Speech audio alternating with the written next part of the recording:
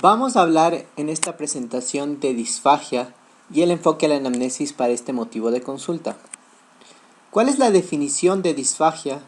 Es la dificultad para deglutir y la sensación de que el alimento se detiene en su pasaje al estómago, que puede referir el paciente. En la definición de disfagia hay que distinguir de términos como la odinofagia. La odinofagia es el dolor con la deglución y eso puede verse en trastornos como la faringitis estreptocócica, pero bajo ningún concepto una faringitis está asociada a disfagia. Y globo histérico, que es una sensación de nudo o de cuerpo extraño en la garganta, pero no cumple la definición de disfagia, en la que estamos hablando de la dificultad para deglutir. La disfagia, como vamos a ver, es un motivo de consulta serio y muchas veces va a requerir una evaluación complementaria con endoscopía para buscar patologías graves como cáncer de esófago o acalasia, pero es un motivo de consulta que no debería tomarse a la ligera. Tenemos dos tipos de disfagia, orofaringia y esofágica, y eso es evidente puesto que en el acto de deglutir tenemos dos regiones anatómicas en las que estamos involucrados, la región orofaringia y luego el pasaje de los contenidos hacia el esófago antes de llegar al estómago. Empecemos con la disfagia orofaringia. La disfagia orofaringia generalmente se asocia a enfermedades neurológicas o neuromusculares. Piensen en secuelas como de un accidente cerebrovascular. Y bueno, esto tiene sentido porque nosotros podemos iniciar el acto de deglución voluntariamente por la musculatura que tenemos en los músculos de la faringe y los involucrados en la deglución. Así que igual que podemos tener debilidad del brazo o de la pierna como secuela de un accidente cerebrovascular, también podemos tener debilidad de los músculos de la deglución. En la miastenia gravis lo que tenemos es un déficit muscular generalizado. La miastenia gravis es una enfermedad autoinmune, pero causa un déficit muscular generalizado y eso también puede manifestarse con caída del párpado y disfagia. El divertículo de Zenker es un defecto anatómico en lo que hay una evaginación en la región de la hipofaringe y el alimento puede quedarse atascado ahí, como vamos a ver, y eso también puede manifestarse con disfagia. Las claves acá son la inhabilidad para masticar e iniciar el acto de la deglución, que es la fase orofaringe. También puede enseñar la garganta, pero eso no es específico. También puede haber babeo, regurgitación nasal, sensación de ahogo y neumonía aspirativa. En la disfagia esofágica tenemos que pensar en que pueden haber causas mecánicas obstructivas o trastornos de la musculatura esofágica, como vamos a ver. Mecánicas obstructivas, pensemos que si hay un tumor que está obstruyendo la luz del esófago, eso va a manifestarse con disfagia. El paciente puede localizar el síntoma en una región retroesternal epigástrica o en la garganta y también puede tener síntomas como dolor torácico que pueden ser asociadas a la disfagia. Otro elemento en la historia clínica puede ser la regurgitación tardía de los contenidos, que se asocia bastante a disfagia esofágica. Y por supuesto, cuando estamos ya estudiando la disfagia esofágica, y como vamos a ver, la disfagia puede ser para sólidos, para líquidos o para ambos. Y también puedes tener disfagia para sólidos que progresa luego a disfagia para sólidos y líquidos.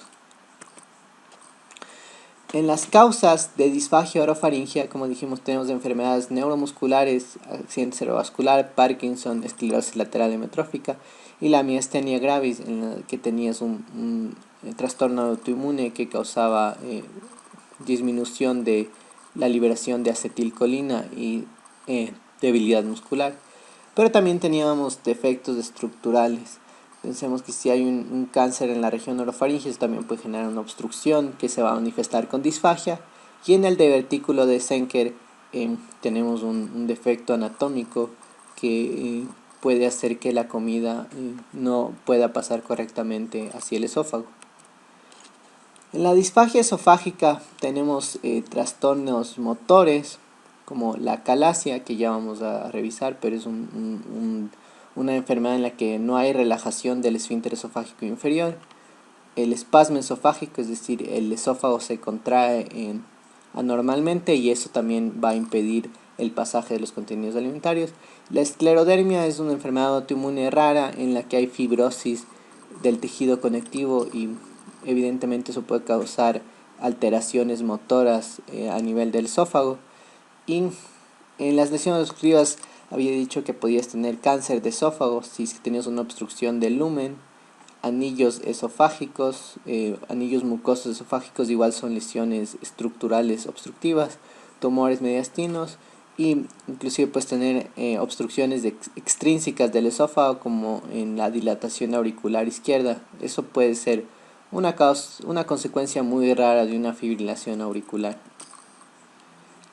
Aquí tenemos un ejemplo de divertículo de Zenker y lo que tienes es una evaginación a nivel de la hipofaringe y evidentemente este es un estudio de imagen en la que se pasa contraste por vía oral y vemos que tenemos esta evaginación anormal y los contenidos en lugar de pasar normalmente pueden quedarse en el camino acá y eso va a manifestarse con disfagia. Y otra manifestación común aquí es la regurgitación de los contenidos alimentarios.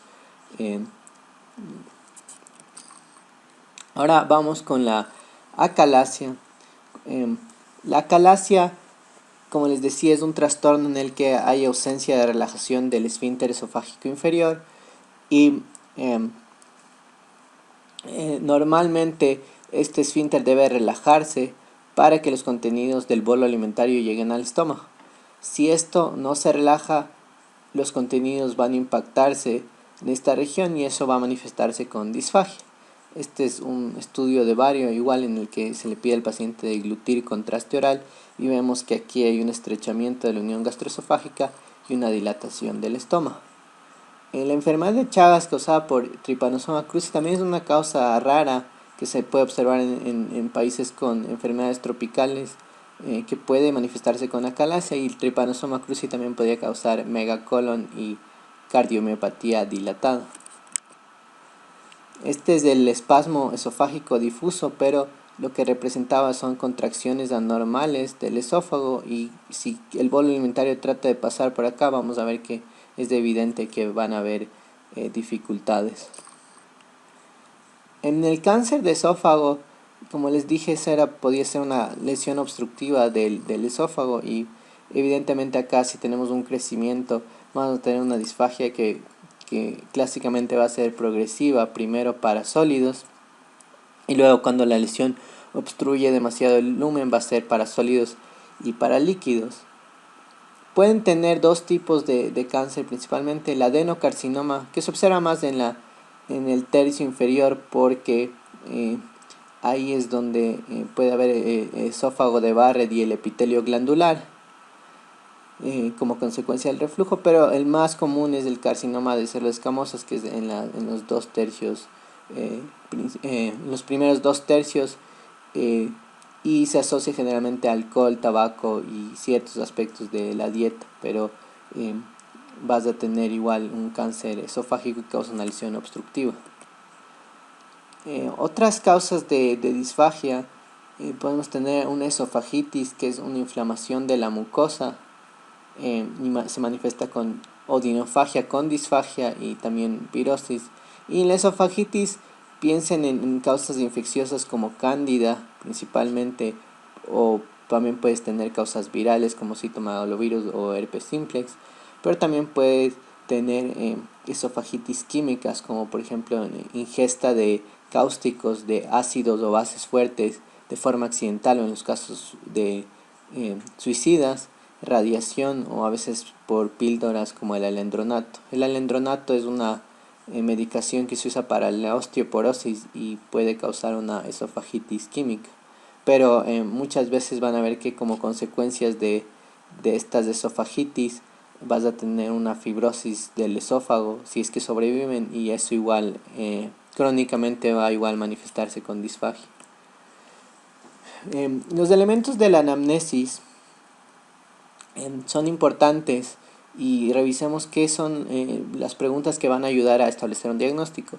En este motivo de consulta, a diferencia de otros motivos como náusea y vómito, la anamnesis sí nos puede ayudar a establecer una causa si es que cumple la semiología las características determinadas.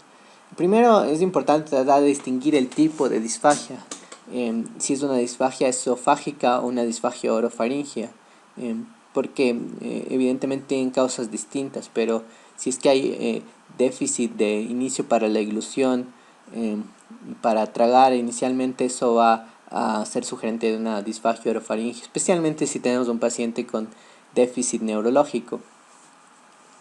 Y la siguiente pregunta, que es bastante importante, es saber si la disfagia es para sólidos, líquidos o ambas. Como les dije, la disfagia para sólidos y líquidos generalmente sugiere un trastorno de tipo motor como la calasia. Pero si es que tienes una disfagia progresiva, empieza para sólidos y luego a líquidos, sugiere que hay una lesión, una obstrucción mecánica, como en el cáncer de esófago, que es una lesión progresiva.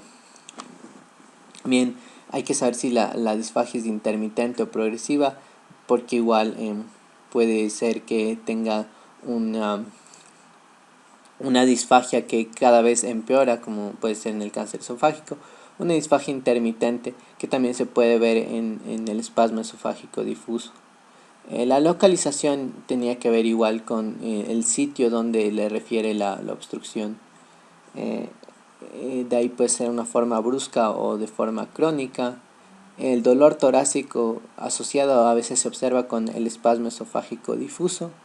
Y síntomas de pirosis, dolor, regurgitación y tos pueden estar asociados a la pirosis y la tos a reflujo, y el reflujo puede causar acalasia si es que causa cáncer de pulmón, o estenosis péptica o esofágica, que son consecuencias crónicas pero igual causan una obstrucción a nivel de la unión gastroesofágica.